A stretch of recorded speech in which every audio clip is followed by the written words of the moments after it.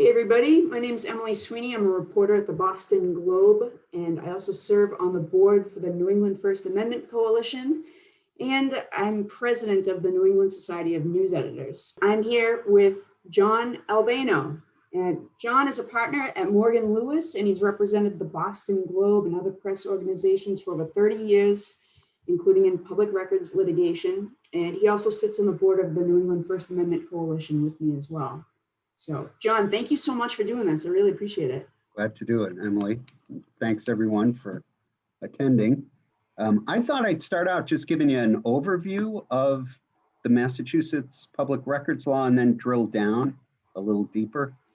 I will tell you this. I remember a reporter, God, it's a long time ago, but I think this is still true, saying the public records law is great and essential, but it works better if you can build some relationships with sources that are in the government. And I think that's true, not just, of course, because sometimes something will come in over the transom or under the door that's not in response to a public records request, but part of the process of just the human side of it is trying to get people on your side. Some of the problems I see with responses to public records requests are sometimes it's just an agency that does not want to cooperate, and then you have to do, if you have the resources, you have to fight it. And we'll talk about how a couple different ways to do that. Sometimes they're over, they got other stuff and it's going to the bottom of their list. And so a little bit of friendly cajoling can work. And I mean, sometimes it's incompetence, and that's hard to deal with as well. But I think, I personally think that trying to work those relationships can help in a way that the public records law can't. But having said that, you can't live without it. It's essential to so much reporting. In Massachusetts, we might be a little worse than other states, but the people who are covered by so to whom can you make a public records request? Public records in Massachusetts are defined basically as any type of document, including data, that is either made or received by a public employee. There's also a special provision that goes to the MBTA Retirement Board that was a legislative amendment. They're strictly speaking not a public entity. They're a retirement trust, but let's put that in one category over here. For everyone else, it's made or received by a public employee, but it's a particular type of public employee. So the courts, people who work for the courts are public employees, but in Massachusetts and in some other states, the courts are not covered by the public records law. In fact, not even administrative records are covered, of the courts are covered by the public records law. Now, just slight diversion, there is a body of case law that sets out the public's right of access to court records. So people file motions, and if the court records aren't available, there's a lot of rulings and a lot of case law and litigation on that. It's just that it's not a function of the public records law, it's a function of the courts saying we have an obligation to be open and transparent, except for in unusual circumstances where there's some compelling interest. But again, that's not as a matter of the public records law. A little more controversial was the Supreme Judicial Court, our highest court in the state, has basically said that the governor herself or himself is not subject to the public records law. I mean, I won't bore you with the details, but they basically said, separation of powers, legislature controls agencies, but can we really control co-equal branch of government. I think they could, but they decided not to. The good news there is that for the most part, governors have said, okay, strictly speaking, this case says I don't have to respond to this request, but I'm going to do it anyway. And for the most part, that's what has happened at the governor's level. But that leaves a whole, those are the exceptions, leaves a whole host of local, city, county, and state agencies and bodies and commissions that are in fact subject to the public records law. So if it's a document that was made or received, then it's presumptively a public record. I say presumptively because there are some individual exceptions that cause problems that I'll get to in a minute. But you know, that means emails. There's even decisions, not court decisions, but the supervisor of public records, which is part of the Secretary of State's office that kind of is responsible for the public records law, has issued rulings saying that text messages made or received by a public employee, if they concern obviously public business, are public records. Even if, well, and everybody's probably aware of this these days because we've seen the Boston City Council problem with them texting each other during their school committee. I mean, texting each other during and before and during the meeting. Those were public records, even if the texts were done on their personal phone because it concerned public business. So, you know, the law has some great impact in those areas. You know, other things like salaries, sick days, a lot of information that's really critical to covering government is available. What about the state legislature? Right. Oh, yes. The legislature also is not. It's on my list. I forgot. So we don't get the courts, we don't get the legislature, and we don't have a right to get the governor. Actually, the governor is probably more.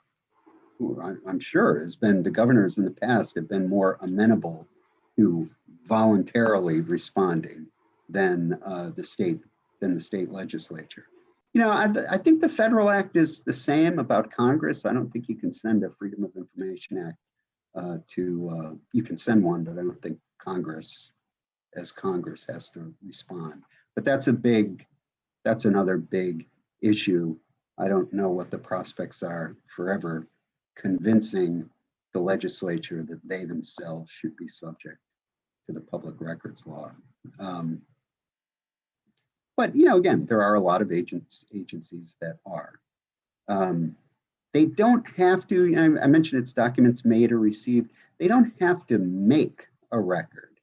So, you know, if you said, please send me a list of every employee who has been hired in the last 6 months, they could say, I don't have to make a list. I don't have to create a document. And sometimes agencies say that. It's often not a good idea for them to take that approach because you'd be totally within your rights to say, oh, that's okay. I don't need a list. Just give me documents that contain the names of the employees hired in the last 6 months. And if you want to do the extra work of pulling those, you know, tell me whatever makes your life easier. If that list is really cumbersome and you'd rather pull documents, copy them, redact everything but the name, and then make a pile and send it, be my guest. So there are times when custodians, which they're technically called, respond in that way, but it doesn't really get them what they're looking for because it's not a dead end for the requester.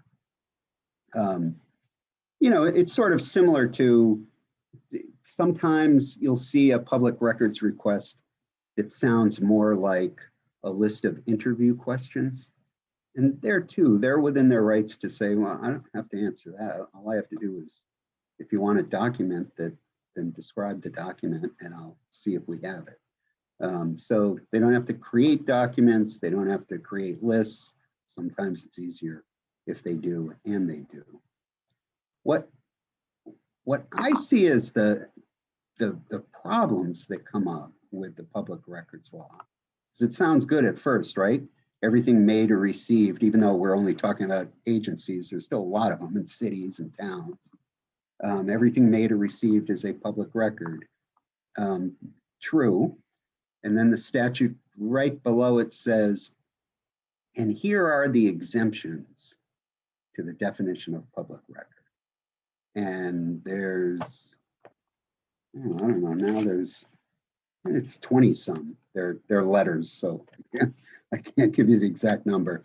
But there's a handful that I think are the most significant, cause the most significant recurring problems for reporters.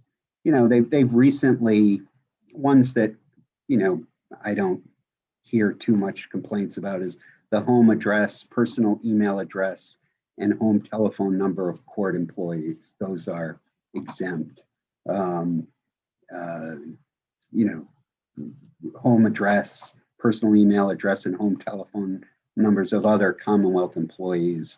Those you can understand why the exemption would be passed, so that, you know, given the, even though if you know the employee's name, you probably could get their, you know, look them up in a local phone book or online, but it's an attempt to protect the home privacy of employees. I haven't seen that come up as a problem. The ones that are problems are first, the very first one, which is called, the nickname is the statutory exemption, but it basically says exemption number one is, well, that doesn't basically say, it says, if the materials are specifically or by necessary implication exempted from disclosure by statute. So what they're saying there is, if there's some other law that says these types of records are confidential, then you can't use the public records law to get at them. A recurring example on this is records relating to crimes involving sexual assaults or assaults on persons with disabilities, because there's a statute that says that that information is confidential. There's a question, I won't bore you with it. There's a question about, does that mean every record that refers to that kind of a offense is confidential by statute? I think the answer to that is probably no.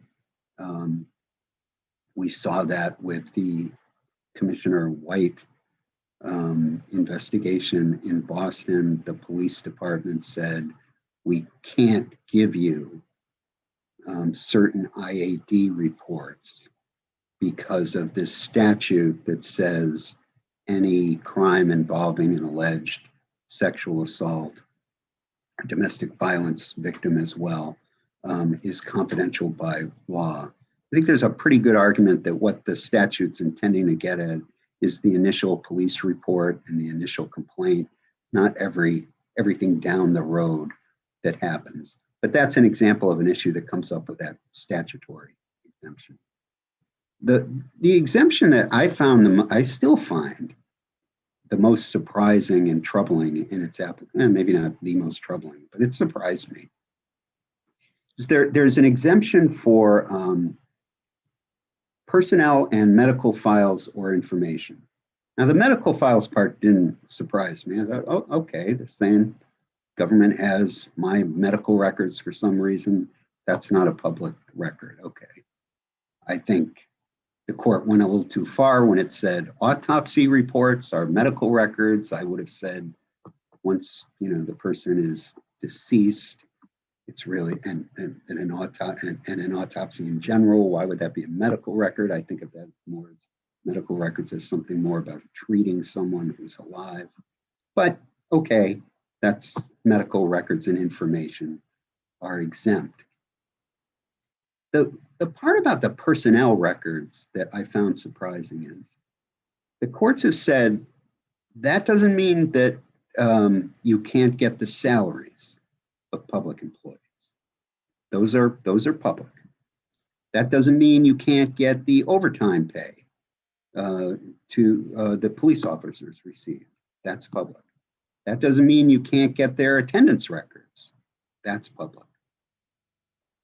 But if a school conducts an investigation of a complaint that a teacher had improper contact with a student in order to decide whether the teacher should be disciplined, then that, our Supreme Judicial Court has said, is a personnel record that need not be disclosed in response to a public records request.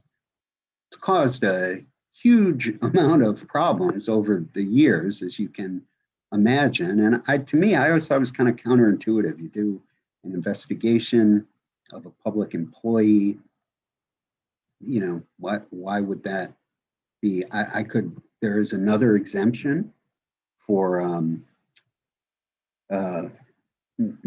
it's called the privacy exemption. Materials or data relating to a specifically named individual, the disclosure of which may constitute an unwarranted invasion of personal privacy.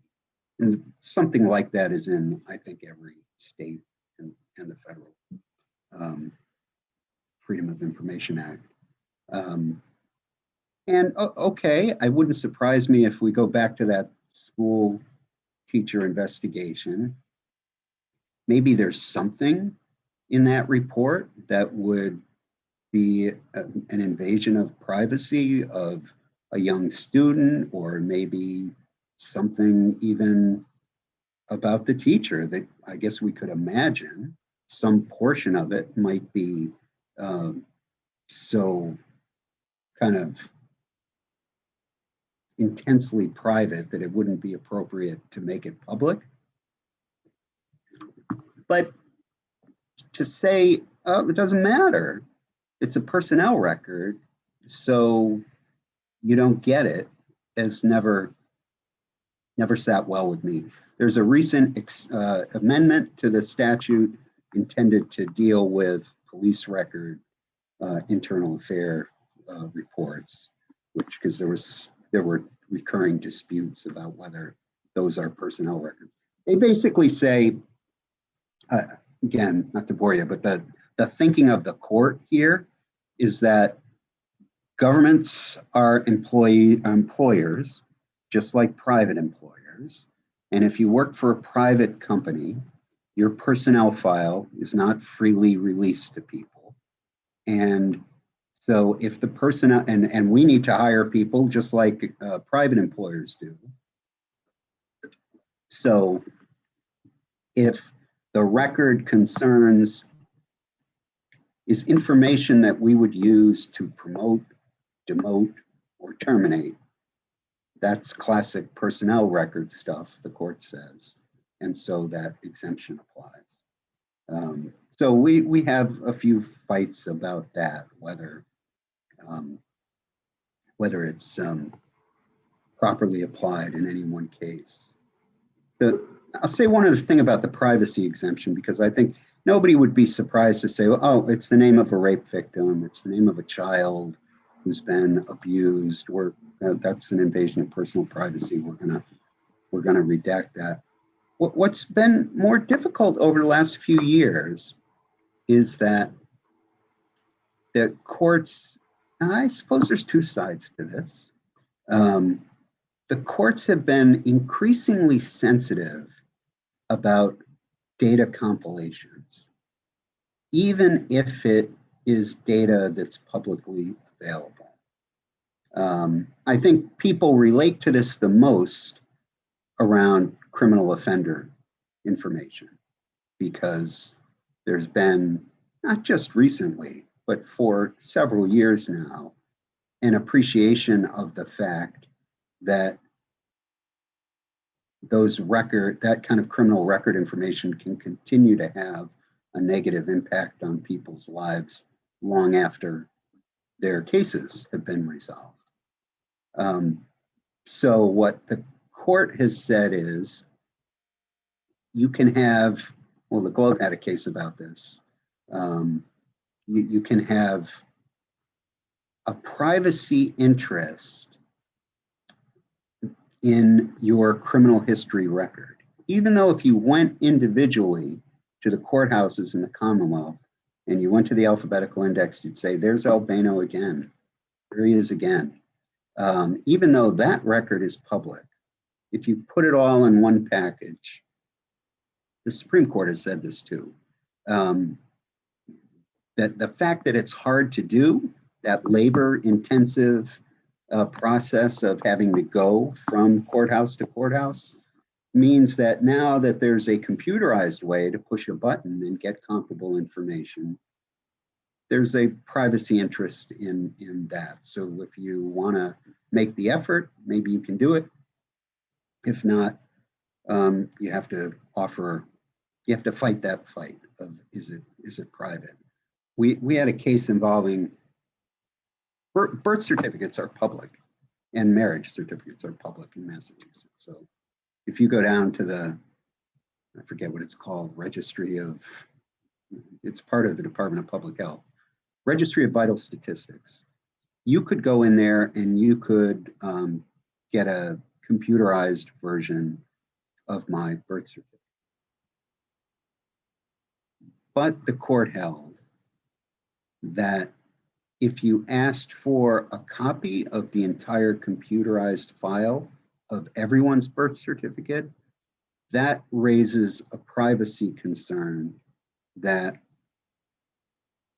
you'd have to try a case to determine if you'd have to go all the way through to trial to determine if that should be made public or not. I think their real concern is not the press. I think their real concern is commercial actors who would get that information and maybe some non-commercial actors with even, bad motives that would abuse the access to that system by harassing or by targeting certain people.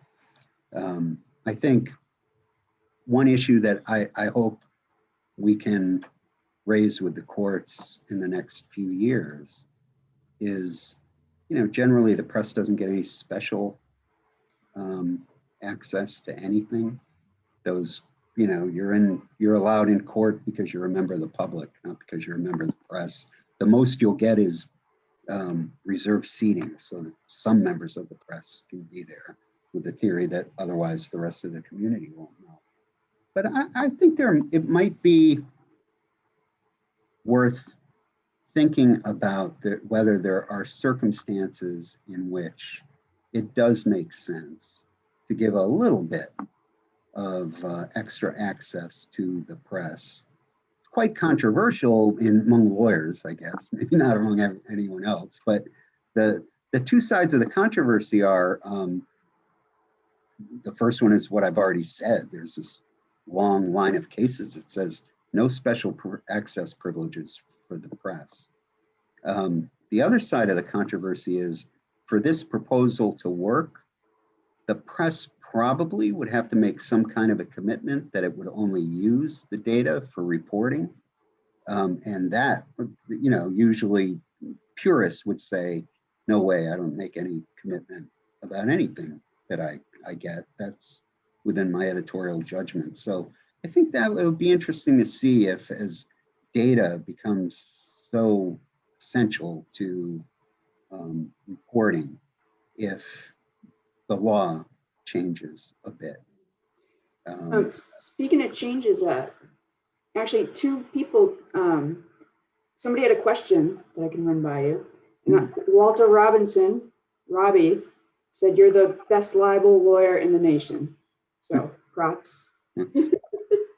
And somebody else asked, they want to know your thoughts on the recent amendment to the C exemption. I don't know if you covered that.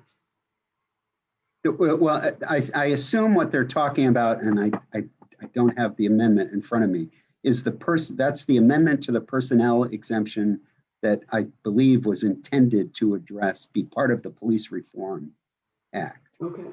So it does open them up a little bit more. I haven't made use of it, but the Globe has, and the Globe's in-house lawyers have, in getting some additional internal affairs records from the Boston Police Department. It was a step in the right direction.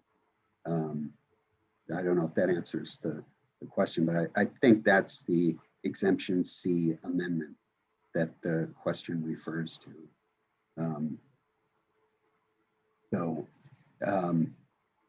And you know, that's IAD, you know, there was a good appeals court case that said IAD records are not personnel records, but it didn't resolve the next exemption I'm going to talk about, which is the investigatory exemption.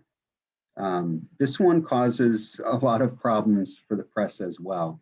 It says,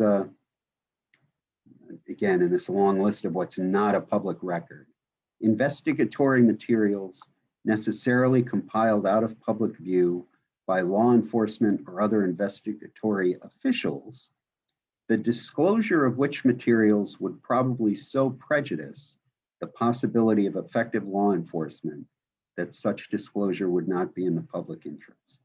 So what are they really trying to get at there? I think even this group would probably agree, well, there's a murder down the street. They've just got a description of the person who they think did it. That person is running away. If we'd like not to alert them while we are searching for him or her, that we know who they are. If we release that, that would, whatever that language is, probably so prejudice the possibility of effective law enforcement that disclosure would not be in the public interest. Okay, I could live with that, I think. But let's say the case is over, conviction or acquittal. There are still circumstances in which law enforcement agencies have been able to claim the investigatory exemption. Sometimes it's because they say it will reveal, you know, some source or method of investigation that could affect future investigation. Sometimes it's because they say witnesses cooperated with a promise of confidentiality, there was an informant.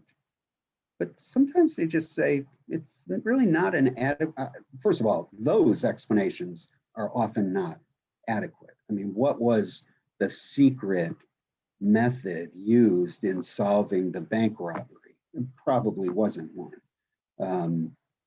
Informants, okay, you know, the law on protecting informants, I'm a little biased on this one because the law on protecting informants in criminal cases,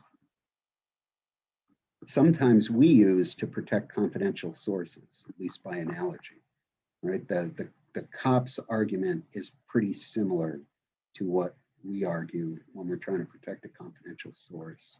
We say there are circumstances in which people will not talk to us unless we can provide them with an assurance of confidentiality. And that's what the cops say. And so, you know, it can be tricky to say, well, with us, yes, but anybody will talk to the cops. Don't worry about that. So I get that one too, but this is, that's an exemption that really is overused by police forces. And one criticism, to get back to the question about the amendment to Exemption C, was it dealt with the person, whether those IAD records are personnel records. It's still possible. I haven't gone back and checked this, so I should put a footnote subject to my checking, but it's still possible that we could bump into investigatory exemptions, particularly if the investigation right now is ongoing. So those are, you know, there's some other kind of weird exemptions. There was a so-called 9/11 anti-terrorism exemption that was supposed that protects certain records of blueprints, plans, policies, emergency preparedness, threat or vulnerability assessments. Sometimes custodians have tried to say that that applies in kind of circumstances that it really doesn't, but that hasn't gotten much traction in the courts. The courts have been pretty good about saying, we know what they were getting at, and they weren't getting at what you're talking about. I did want to talk about enforcement issues. What do you do if they won't, if you hit a brick wall? There's really I think two options. One is using the supervisor of public records.